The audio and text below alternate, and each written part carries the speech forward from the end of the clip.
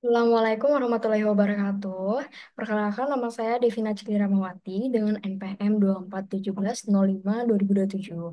Saya mahasiswi dari program studi Sistem Informasi jurusan Ilmu Komputer Universitas Lampung tahun 2024.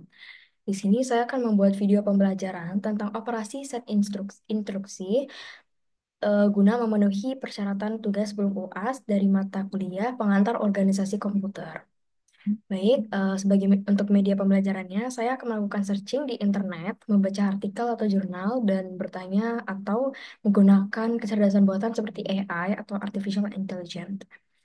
Baik, di sini pertama saya akan melakukan searching di internet mengenai em, apa itu operasi set instruksi.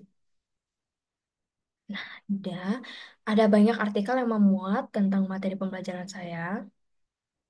Instruksi instruction set dalam ilmu komputer. Oke, saya akan membaca salah satu artikelnya.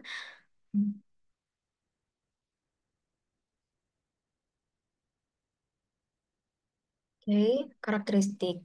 Karakteristik instruksi mesin. Set instruksi pada arsitektur komputer. Jadi, karakteristik-karakteristik instruksi ini adalah ciri-ciri khusus atau sifat khas yang dimiliki oleh instruksi atau kode operasi dalam pemrograman komputer. Nah, operasi CPU ditentukan oleh instruksi-instruksi yang dieksekusinya. Instruksi-instruksi ini dikenal sebagai instruksi mesin atau instruksi komputer. Set fungsi dari instruksi-instruksi yang berbeda yang dapat dieksekusi oleh CPU itu dikenal sebagai set instruksi CPU. Nah, di sini ada gambar langkah-langkah yang dapat dieksekusi instruksi dan berbentuk elemen-elemen instruksi mesin. Contohnya sebagai berikut. Ada kode operasi, menentukan operasi-operasi yang akan dilakukan, misalnya add atau input-output. Operasi ini dispesifikan untuk sebuah kode biner yang dikenal sebagai kode operasi. Acuan operan sumber. Operasi ini dapat melibatkan satu atau lebih operan sumber. Dengan kata lain, operand adalah input bagi operasi. Kemudian acuan operand hasil. Operasi dapat menghasilkan sebuah hasil. Acuan instruksi berikutnya, elemen ini memberitahukan CPU posisi instruksi berikutnya harus diambil setelah menyelesaikan eksekusi suatu instruksi. Instruksi berikutnya yang akan diambil berada di memori utama atau pada sistem memori virtual, akan berada baik di dalam memori utama atau memori sekunder. Umumnya, instruksi yang akan segera diambil sebelum jeda berada setelah instruksi saat itu. Jadi ketika acuan eksplisit dibutuhkan, maka alamat memori utama atau alamat memori virtual harus disiapkan. Operan sumber dan hasil dapat berada di salah satu dari ketiga daerah berikut ini. Ada memori utama atau memori virtual, register CPU, dan perangkat input atau output. Untuk dapat dieksekusi, suatu instruksi harus berisi elemen informasi yang diperlukan CPU secara lengkap dan jelas. Elemen instruksi diantaranya adalah operation code, OP code, yang menspesifikasi operasi yang akan dilakukan kode operasi yang berbentuk kode biner. Kemudian source operand reference, operasi dapat berasal dari satu sumber, operand adalah input operasi. Result operand reference, hasil operasi atau keluaran operasi, kemudian next instruction reference, menginformasikan CPU ke instruksi berikutnya yang harus diambil dan dieksekusi. Tipe-tipe operan. Operan adalah sebuah objek yang ada pada operasi matematika yang dapat digunakan untuk melakukan operasi. Operan atau operator dalam bahasa C atau C itu berbentuk simbol buka, berbentuk keyword atau kata yang biasa ada di bahasa pemrograman lain. Simbol yang digunakan bukan karakter yang ada dalam abjad, tapi ada pada keyboard. Tipe-tipe operan itu diantaranya ada addresses, numbers yang terdiri dari integer or fixed point, floating point, decimal. Kemudian ada characters, ASCII, EBCDIC. Logical data, bila data berbentuk binary 0 dan 1, jenis-jenis operator adalah sebagai berikut. Operator aritmatika, operator relasional, dan operator logik. Pengalamatan. Metode pengalamatan adalah bagaimana cara menunjuk dan mengalamati suatu lokasi memori pada sebuah alamat di mana operan akan diambil. Nah, mode pengalamatan diterapkan pada set instruksi. Pengalamatan memberikan fleksibilitas khusus yang sangat penting. Mode pengalamatan ini meliputi direct addressing, indirect addressing, and immediate addressing. Pertama, ada direct addressing. Dalam mode pengalamatan direct addressing, harga yang akan dipakai diambil langsung dalam alamat memori lain. Kemudian ada kelebihan dan kekurangan dari direct addressing ini, yaitu kelebihannya field alamat berisi effective address sebuah operand.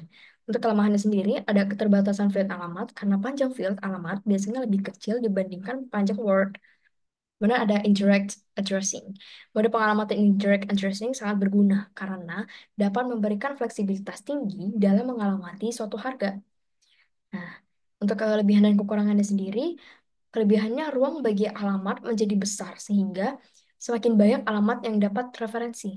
Untuk kekurangannya, diperlukan referensi memori ganda dalam satu fetch sehingga memperlambat proses operasi. Kemudian yang terakhir ada immediate addressing. Mode pengalamatan immediate addressing sangat umum dipakai karena harga yang akan disimpan dalam memori langsung mengikuti kode operasi dalam memori. Dengan kata lain, itu tidak diperlukan pengambilan harga dari alamat lain untuk disimpan. Untuk kelebihan dan kekurangannya sendiri, itu ada kelebihannya tidak adanya referensi memori selain dari instruksi yang diperlukan untuk memperoleh operand. Untuk kekurangannya, ukuran bilangan dibatasi oleh ukuran field alamat, seperti itu. Oh, keuntungannya ada dua, menghemat siklus instruksi sehingga proses keseluruhan akan cepat. Mungkin untuk selanjutnya, saya akan bertanya kepada AI atau kecerdasan buatan mengenai apa itu operasi set instruksi. Baik, jadi di sini telah diberikan penjelasannya. Operasi set instruksi atau dalam bahasa Inggris Instruction Set Architecture atau ISA itu adalah sekumpulan perintah atau instruksi yang dapat dijalankan oleh prosesor dalam sebuah komputer.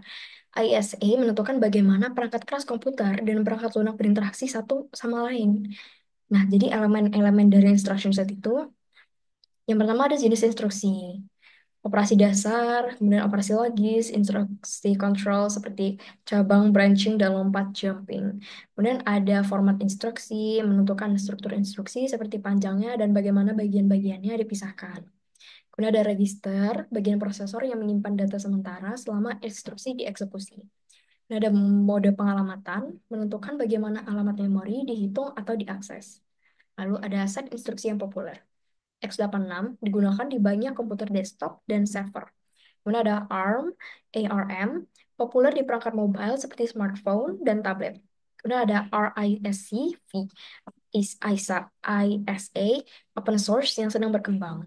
Nah, ISA adalah bagian penting dari desain arsitektur komputer karena berfungsi sebagai jembatan antara perangkat keras dan perangkat lunak. Mungkin sekian dari saya untuk materi pembelajaran operasi set instruksi. Saya akhiri wabillahi taufiq wal hidayah. Wassalamualaikum warahmatullahi wabarakatuh.